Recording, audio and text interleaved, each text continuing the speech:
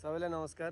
Golaghat view Narayani नदीको किनारमा अवस्थित एक सुन्दर समाउन स्थान हो। यहाँबाट देखिने नारायणी नदीको विशाल प्रवाह, साँझ पखको सूर्यास्त, वरपर हरियालीले गोलाघाट भ्यूलाई चितवनकै आकर्षक एवं प्राकृतिक दृश्य स्थलको रूपमा चिनाएको छ। सबैले हेर्नुहोला।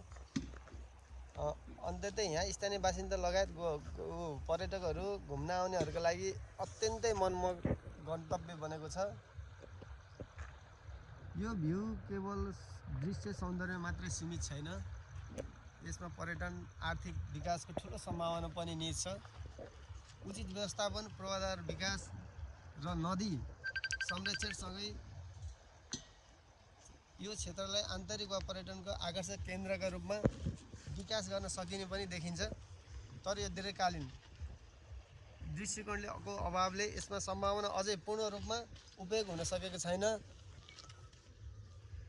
यदि राज्य र स्थानीय तहले वातावरणीय सन्तुलन कायम गर्दै व्यवस्थित विकासमा ध्यान दिने हो भने गोलाघाट भ्यू चितवनको पहिचान बोकेको प्रमुख पर्यटकीय स्थल बन्न सक्छ।